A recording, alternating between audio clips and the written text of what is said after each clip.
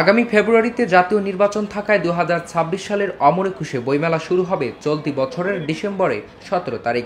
মেলা চলবে 2026 সালের 17 জানুয়ারি পর্যন্ত।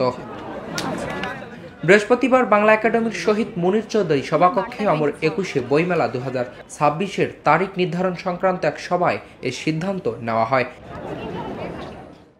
এ সভায় সভাপতিত্ব করেন সংস্কৃতি বিষয়ক মন্ত্রণালয়ের সচিব মোহাম্মদ মফিদুর রহমান। সভায় উপস্থিত ছিলেন বাংলা একাডেমির মহাপরিচালক অধ্যাপক মোহাম্মদ আজম, একাডেমির সচিব, পরিচালকরা এবং বাংলাদেশ পুস্তক প্রকাশক ও বিক্রেতা সমিতির প্রতিনিধিরা।